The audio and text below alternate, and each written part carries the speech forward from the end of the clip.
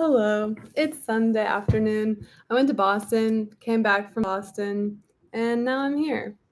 Okay. Page 682. Wow, the pages are flying.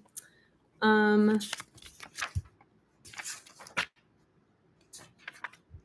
okay. By October 1, after a September in which parents by the tens of thousands had brought their children to the aquarium one last time, Moses could tell the Board of Estimate, the fish are gone. The aquarium, therefore, as such, is a tale that has been told. We don't have to talk about that anymore. The only question is Fort Clinton. And, he said, Consultant Clark had found that demolition of the old fort was necessary for the complete reconstruction of Battery Park that he had in mind. The board approved the demolition by an 11-5 vote. As in the bridge tunnel controversy, no force in the city had been powerful enough to stand between Moses and his aims. There would, within a matter of months, have been, except for a plaque, no trace of the old fort had it not been for another force outside the city and beyond Moses' control. The Second World War. Dun dun dun. To Moses' rage, the war stripped the city of manpower and heavy construction. It's so funny that he's like so mad about World War II. Like, I don't know. It's just so much bigger than you and your tunnel, your tunnel issues. Okay, stripped of manpower and heavy construction equipment so completely that no demolition company would bid on the job of leveling those massive, solid stone walls. He led a smaller contract for the less difficult demolition of the circular sheet iron roof that covered the fort. And by the fall of 1942, the roof was gone, and the interior of the fort, as well as the ground in front of it, was littered with debris. He was again attempting to get the rest of the job finished when the war gave the reformers another opportunity by halting work on the Brooklyn Battery Tunnel. The reformers, realizing that neither the executive nor the legislative branch of the city government could stop Moses, made a last desperate try to persuade the judicial branch to do the job, bringing suit to enjoin him from demolishing the rest of the building on the grounds that he had induced the board to grant him permission through false and fraudulent representation, namely, that the demolition was required by work on the tunnel. The judiciary could not restrain Moses. The reformers pressed the appeal to the Court of Appeals, but each court found, in effect, that Moses had virtually absolute power in city parks. But the last appeal was not heard until April 1943, and by the time the equipment and manpower shortage had reached a stage where even Moses realized it was useless to attempt any further demolition until the war was over.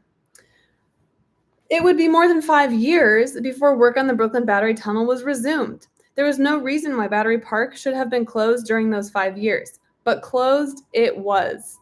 That's crazy. What?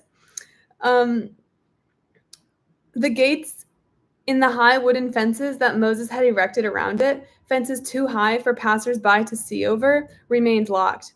The city's press had assumed that the fight over the old fort was ended, and had been over, in fact, from the moment Moses had made his decision about it. Commenting on one of his fierce attacks on the reformers, the Herald Tribune had said, "With the unleashing of that dread artillery, it is clear that Castle Clinton, along with the traditionalists, are done for."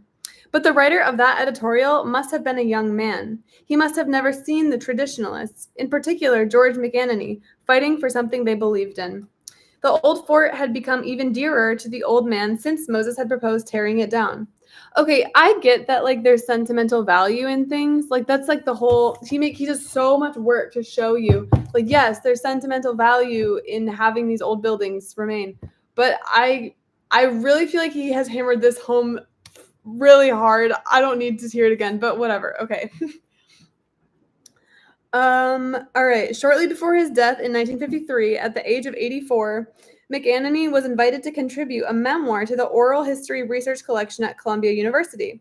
Most memoirs deal largely with the speaker's own life, and many display a desire for personal immortality, sorry. McAnany's devoted the bulk of his memoir to a painstakingly detailed history of Fort Clinton. The immortality he desired was not for himself.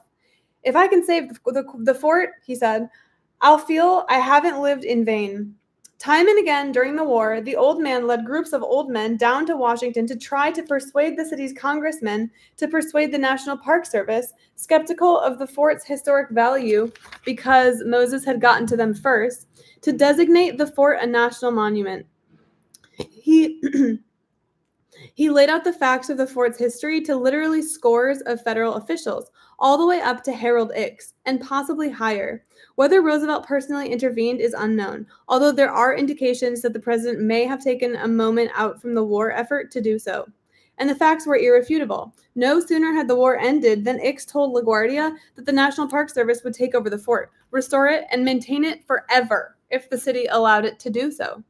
Moses could no longer argue that the structure would be too expensive to restore and maintain. But thanks to the high fence, he had a new argument ready. The demolition already accomplished, he said, had left nothing of the fort except 2 walls, which were caving in. What? So he's just like, is he just lying about the state of this old fort? Okay. The question of restoring the fort was now academic, he said. There was too little of the fort left to restore. The public could not, of course, determine for itself if this was true, because of the fence, which apparently is so high. Those occasional reporters whom Moses had his aides escort over the site saw no reason to doubt his story. The sheet iron roof of the aquarium was gone, and so was much of the 2-story stucco facade. The pillars that had held up the facade had been torn down. The only remnants of the fish tanks were piles of broken glass, and the debris from the roof and facade had been heaped all around the site, with a particularly large pile in front, blocking it off even more effectively from anyone trying to see it. The scene looked like the site of a typical and almost completed demolition job. But McAnany persuaded Walter Binger to make a personal inspection.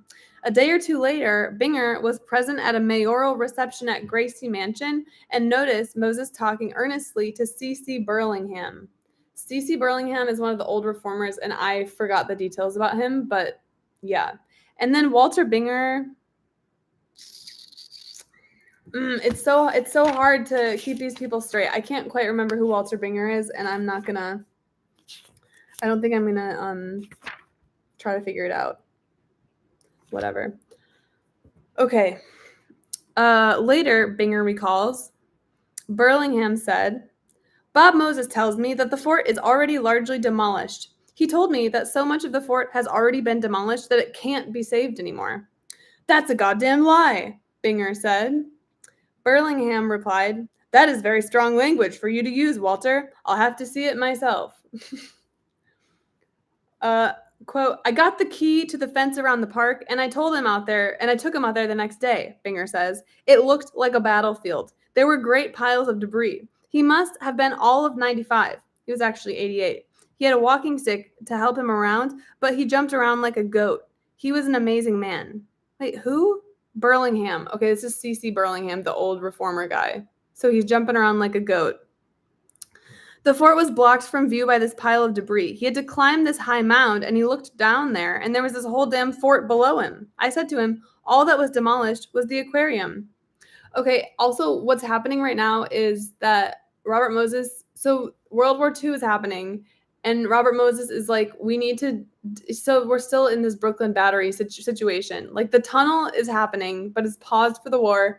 But remember how there was the aquarium and then that old military fort that had a lot of sentimental historical value? So Robert Moses is really just trying to knock down both of those things.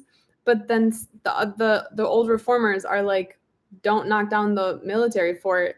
And Robert Moses is pulling this move where he acts like the military fort has already basically been destroyed, unfortunately. But then they're figuring out that, hey, wait, he's lying. It's actually not destroyed.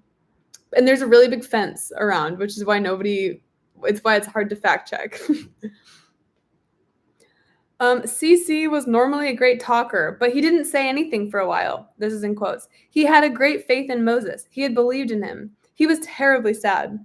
Finally, the old man, CC, turned away with a single sentence. Well, that's not what I was told. And the letter Burlingham wrote Moses the next day consisted of one sentence. This is in, I think, French. Dear Bob, m'avez trompé. Let's see what that means. That means you have deceived me. Okay, dear Bob, m'avez trompé. You have deceived me. 2 days later, Binger says, Cece gets a letter back. Dear Cece, why pull this Anatoly France stuff on me? It doesn't make it any better to be called a liar in French. But he never attempted to deny it or anything. That's so funny that his response is just like, why are you speaking French? He never attempted to deny it, and he couldn't. To conceal his lie, Robert Moses had barred the city from its park for almost 5 decades. Sorry, 5 years, for almost 5 years during the war. But the lie had at last been uncovered. The fort stood, and McAnany's next trip was to the Herald Tribune, which sent an airplane over the site and published on its front page a photograph showing the fort intact. McAnany resumed his trips to Washington. One audience with President Truman was enough to enlist him on the side of the fort. And pressure on the new mayor, Democrat William O'Dwyer, was increased until he agreed to ask the state legislature for an act enabling the city to deed the fort to the federal government.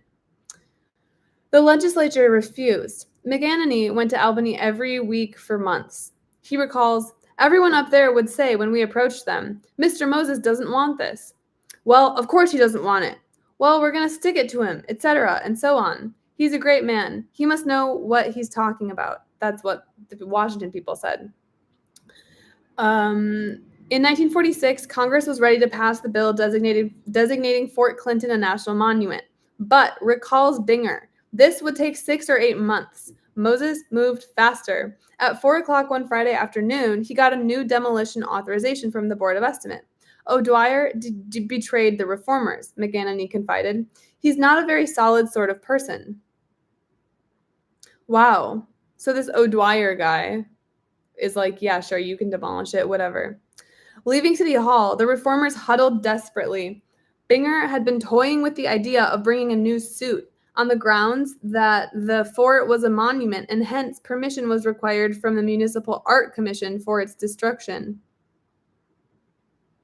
Says Binger, quote, I went to Paul Wendell's and I said, I've got to have some money right away to get a suit started. Okay, suit. Oh, okay, lawsuit. I was truly imagining an outfit.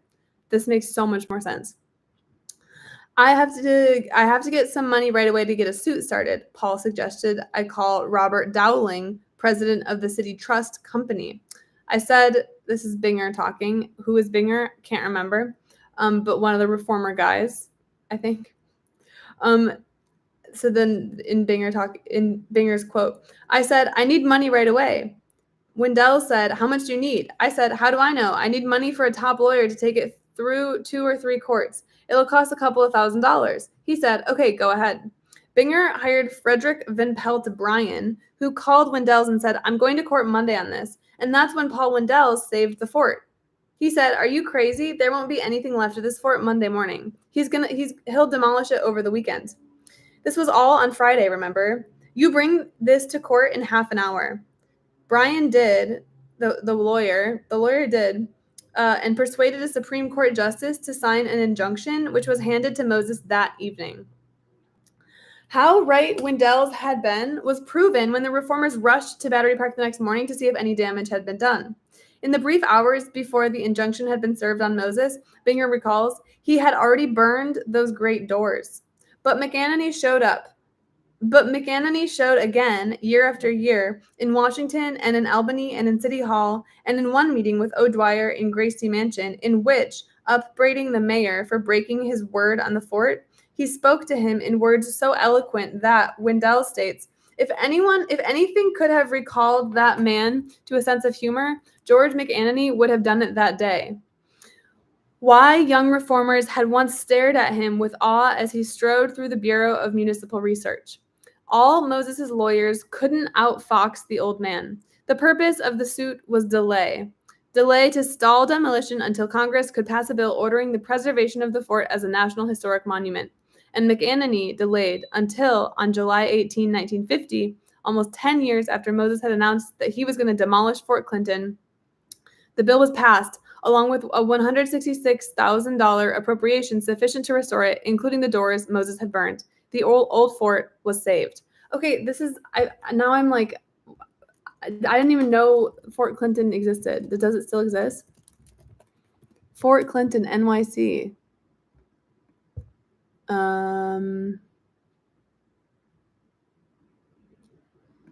Yeah, I mean, it appears to exist. I don't know. I guess I've just never noticed it.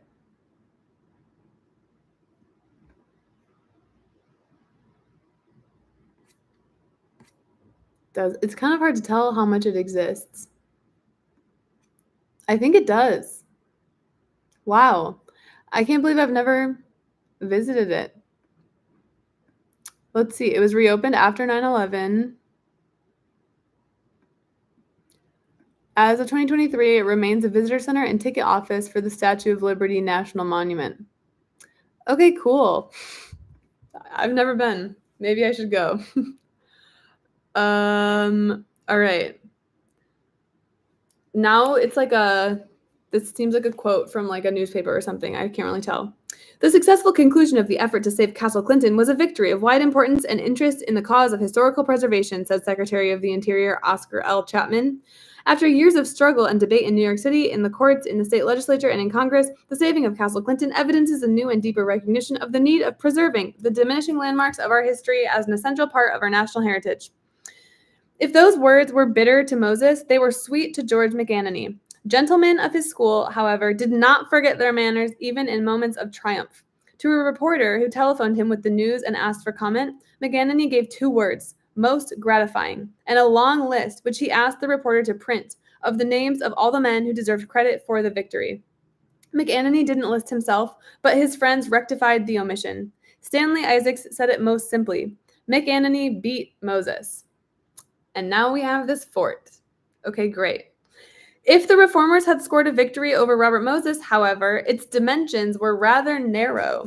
Fort Clinton had been saved, but not the aquarium, and the city therefore had to pay dearly for Robert Moses's revenge.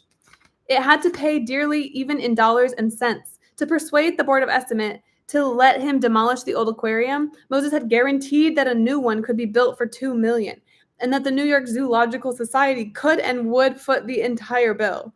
In truth, however, there was never any real change that the Zoological Society could raise $2 million. Not that $2 million was the amount that really had to be raised anyway. The Zoological Society would later disclose that the real figure was $6,500,000. After LaGuardia had vetoed the Bronx Zoo site, Moses picked one at Coney Island. Wait, did we ever find out where the fish went?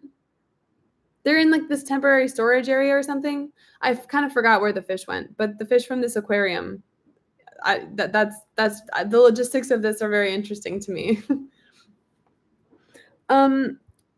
Okay. So Moses picked a site at Coney Island and persuaded the mayor to spend $1 million additional in public funds to acquire it.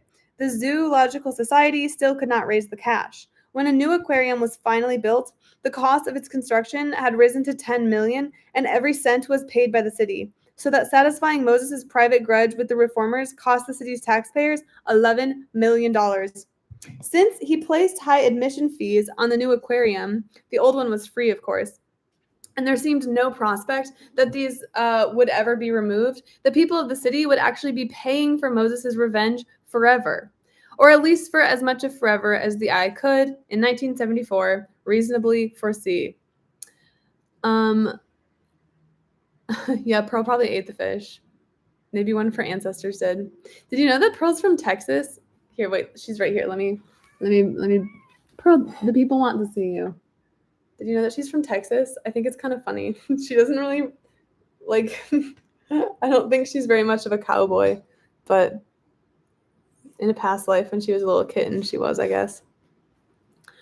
And I got her from, it was a whole long story, but basically she was she was bred by a breeder, and Caroline Calloway purchased her as a cat. But then that situation didn't really work out. And so then Caroline's assistant, who was my roommate at the time, was like, hey, like, can we just have the cat for a while? And then I ended up liking Pearl, and every party was happy about the situation because I was like, I want to keep her. And anyway, so that's the story. Okay. As for costs that could not be measured in money, the people of the city might be paying those forever too. The Coney Island Aquarium wasn't opened until 1955. 14 years after the Battery Aquarium was closed, so that an entire generation of New York children grew up without an opportunity of visiting any aquarium at all. Okay, unfortunately, this argument does kind of sound like the Gwyneth Paltrow trial a couple months ago where it was like, what was the cost to you? And she was like, well, I missed half a day of skiing. Like no aquarium for the children. Oh no, what are they gonna do? Will they survive? Okay, anyway, as important as the exhibits in the old aquarium, moreover, had been its ambiance, a pungent and warm blend of age and familiarity and long affection and human scale, of busts and old singers and the flash of bright fish, of gloomy corners where one person could neck with one's date. That makes me really think that Robert Caro did that. Anyway. Of being easy to get to and free, so that people could simply walk in as if it belonged to them. One might admire the new aquarium, one could never love it. For many New Yorkers, of course, the atmosphere in the new aquarium wasn't going to matter very much. For the high admission fees Moses set for it ensured that many New Yorkers were going to be able to visit it infrequently, if at all.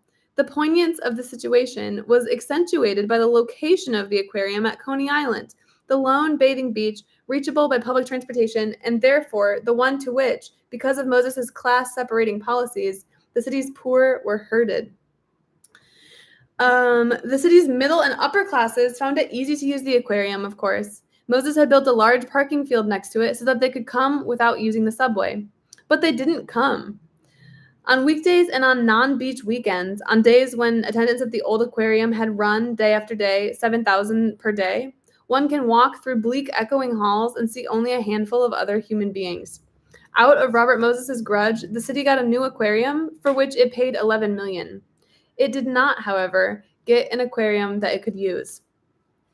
The reformers' victory was not even complete in the case of the fort they had saved. Aww. That's so cute. I love it when cats just show up. There used to be a cat that would come in my other apartment that would just come to the window, and then Pearl and the other cat would kind of fight through the window. It was really cute. And then the cat just stopped coming. But I feel like if that cat had kept coming, and if it had ever appeared scrawny, I would have just let it inside because it's so hard. It's just hard to say no. The popular aquarium within its walls had made the fort a busy, bustling place. Without the aquarium, it was a circle of walls. As one perceptive observer put it, now it is a monument to be looked at but not used. Having achieved the status of architectural division, it is to be revered as a saintly relic, but not involved in the life of the city. It is still history as it sits there in Battery Park, but it is dead history. In his Moses-approved biography of Robert Moses, Cleveland Rogers wrote that the 10-year battle was ended, as in the Battery Bridge versus tunnel fight, by the intervention of the federal government with its long-range guns and superior financial resources. That analysis was correct. No weapon the city possessed, not executive, legislative, or judicial, had been powerful enough to stand off Moses' attacks on one of its most beloved institutions. The aquarium fight only reinforced the conclusion to which some of the most perceptive reformers had come after the crossing fight, that, in Moses' chosen spheres of activity, the city no longer had much control over its own destiny. This conclusion was made all the more bitter to the reformers because of their new insight into the character of this creature they believed they had played so large a role in creating. Some of the old reformers still admired Moses, mainly because they felt that corruption, politics, and red tape were so thick in the city that only a man of Moses' almost incredible energy, drive, and strength of will could hack his way through it. Bob Moses is an extremely capable man, Stanley Isaacs, almost always scrupulously even-handed, would say in the same oral history in which he detailed so many of Moses' injustices and mistakes. Properly controlled, he is a great asset to the city. But these reformers were now in a very small minority. The verdict of other members of the city's good government movement on Moses was more harsh. Quote, "He is the most unethical man I have ever met," Walter Binger said. "He is a brilliant guy with a highly defective character. He is the original smear artist," Lawrence Orton said. "Like Hitler. Albert Bard had said of him, because of his technique of making one demand, and as soon as it was met, making another. And in years in which the name of the dread dictator glared blackly at every American from the front pages of the daily newspaper, this harsh comparison was drawn over and over and over again. He is a liar, Walter Banger said, and he is a liar the way Hitler was a liar. He doesn't lie because he can't help it. He lies as a matter of policy. The very overstatement in such remarks, from men generally given to understatement, reveals the intensity of the revulsion many reformers felt for the man they had once idolized. William Chandler had used the word out of an earlier age, bully rag. He was just a natural bully, to describe one of his tactics. And many reformers, men out of an earlier age, now use that expression in talking about Moses. They understood at last the fallacy of believing that his lack of interest in money automatically signified interest in serving the public, and that was his only interest. They had come to see his other interest, and to understand that in the long run, that interest might, when present in a public official with immense, all but uncontrollable power, turn out to be more inimical. Sorry, I really probably should know this word, but turn out to be more inimical to the city than financial greed. Al Smith's close friend John A. Coleman, the multimillionaire Pope of Wall Street, who came out of the Lower East Side with limited education but unlimited shrewdness, said, "Some men aren't satisfied until they have caviar. Moses would have been happy with a ham sandwich and power." Dun, dun, dun. Okay, well, that was chapter 30. I think I'm probably going to stop there. The next chapter is called Monopoly, so that's kind of fun. Yeah, it's Godwin's Law. And something fun about Godwin's Law is that the guy it's named after, Mike Godwin, who claimed like every the discussion on the internet eventually mentions Hitler's or Nazis. Mike Godwin was the lawyer for the Wikimedia Foundation for a long time. Anyway, I don't really like Monopoly that much, but I love Monopoly Deal. Like, I love the fast version. The long one is fun too, but I can only do it for like an hour or two before I just start seeing my life flash before my eyes, and I'm like, oh my gosh, like I've spent so much of my life playing Monopoly. Anyway, see you later. Have a good rest of your Sunday.